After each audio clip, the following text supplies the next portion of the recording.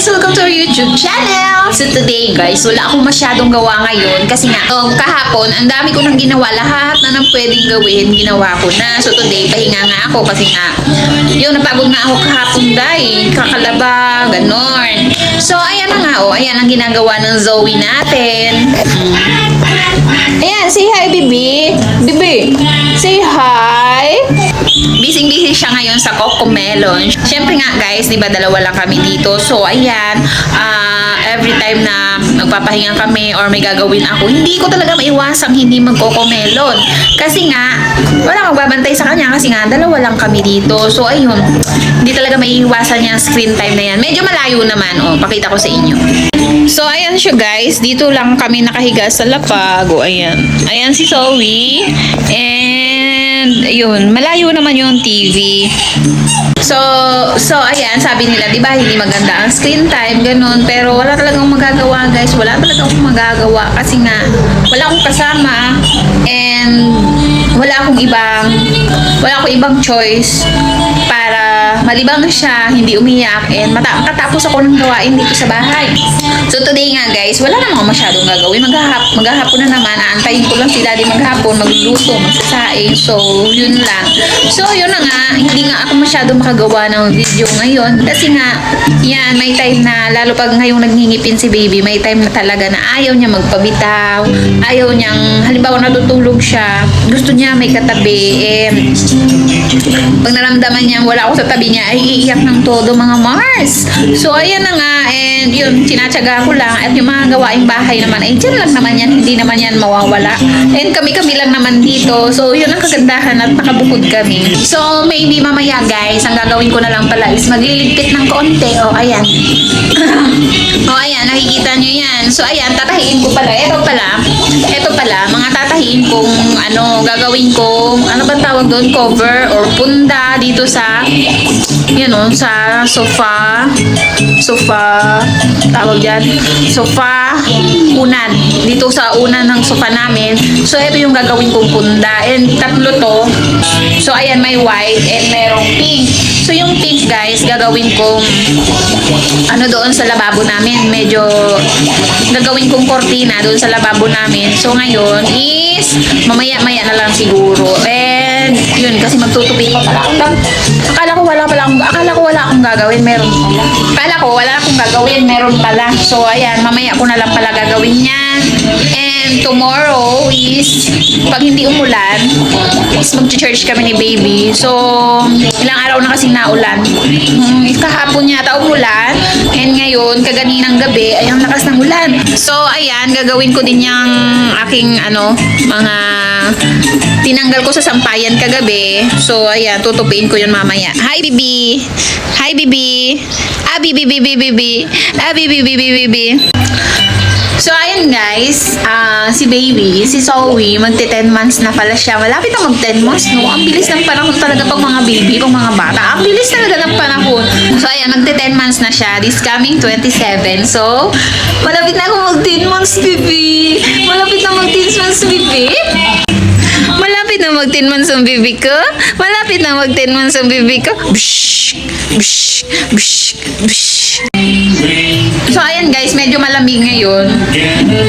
Medyo malamig nga ngayon kasi hindi nga maganda yung panahon. Kaya, kinukumutan ko si Bibi. Kaso lang, tinatanggal niya yung kumot. Siyempre, ang mga bata, mainitin talaga. Pero walang magagawa kasi nalalamigan yung paan niya. Feeling ko nalalamigan siya. So, kinumutan ko pero tinatanggal niya. So, ayan nga, yung dating sumisipa-sipa sa tiyan ko, ayan, ang laki-laki na. Magti-10 months na. Habang lumalaki si baby, parang feel ko na gusto ko ng pangalawang baby kasi nga, parang kawawa si baby, no, na wala siyang kalaro, wala siyang kalaro, wala siyang kadamay paglaki niya, pero ayaw pa ni daddy kasi wala kaming budget, kulang ang budget. So ayan, kasi nga 'di ba, ako mahirap ako magbuntis. Sabi ng OB ko, high risk daw ako kasi nga nakuna na ako. Hindi pwedeng yung sa ano lang yun sa center kasi nga nung si baby, yung pinagbubuntis ko yung si baby is muntik na nagka-hemorrhage. Kung hindi mamamalayan, kung hindi mababantayan is mahirap na. So yun nga guys, mamaya gagawin ko yung mga dapat gawin para bukas pag hindi umulan, pwede kami magsimba ni baby nang wala masyadong kalat dito sa bahay.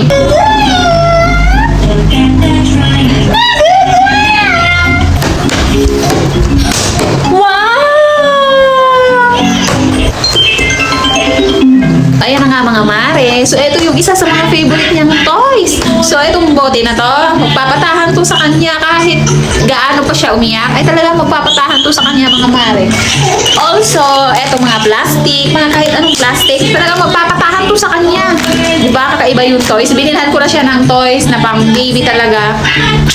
Wala eh. Kailangan niya ng mga ganitong mga basura. So, yun yung mga gusto niya.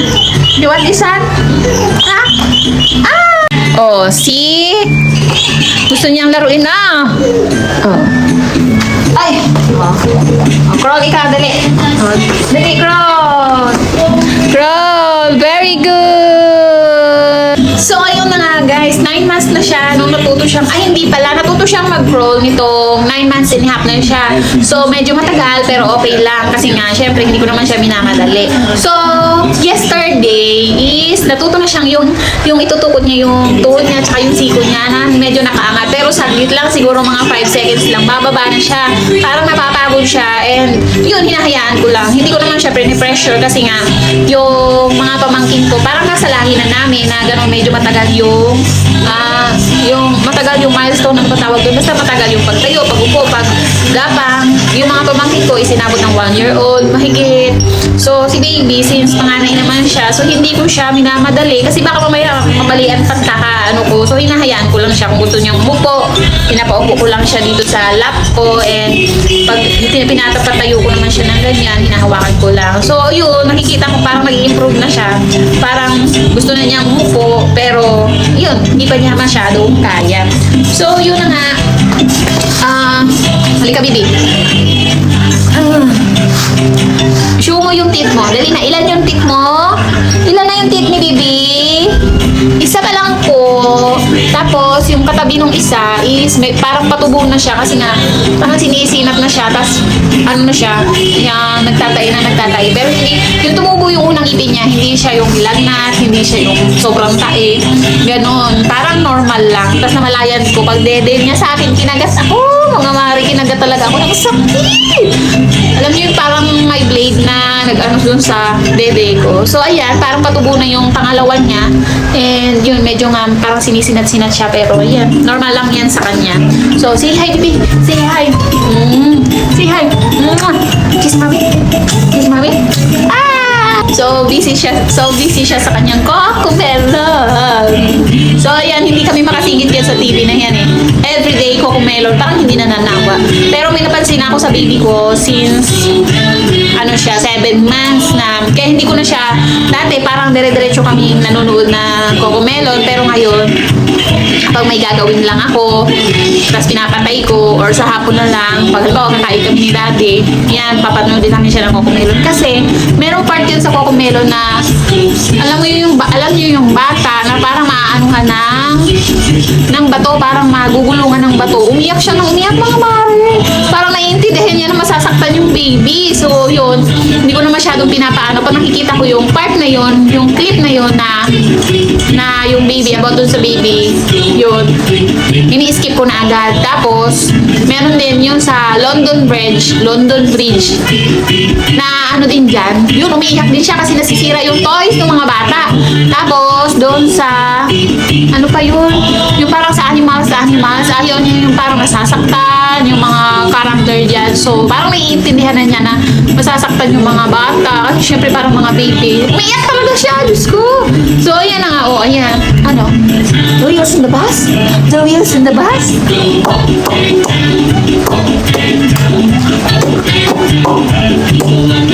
Yun lang. lang guys for today. Small update lang sa amin ni baby. So hopefully naman talaga makagawa naman ako ng kahit konti, ng mga konti-konti. Kasi nga, hindi ko alam pero parang, alam nyo yung gusto ko itong ginagawa ko kahit hindi naman tayo kagandahan. So, yun, parang na-enjoy ko yung paggawa ng video. Yun nga lang, hindi nga ako makagawa ng maayos since nanganak ako, hindi na ako makagawa ng maayos kasi si baby. Kasi nga dati, lalo ng baby si baby, no, mga 3 months pa lang si baby, napakaiyakin mga mare. Sobrang iyakin, maiiyak na lang talaga ako sa sobrang iyakin yung baby. Diyos ko, tapos dumaan pa sa akin yung postpartum depression. Ay, Diyos ko, Lords. So, yun guys. So, hopefully, makagawa pa ako ng mga gawa kasi nai-enjoy ko yung ginagawa ko. As in, nai-enjoy ko talaga kahit ano-ano lang yung pinagsasabi ko. Yun, nagugustuhan ko yung ginagawa ko kahit yun. So, kahit kunti lang nanonood, no problem. Basta, masaya ako. So, yun lang guys for today. And, yan, hopefully makagawa pa kami ng marami ni baby. So, bye-bye! Bye-bye na baby! Bye-bye! Ito. No!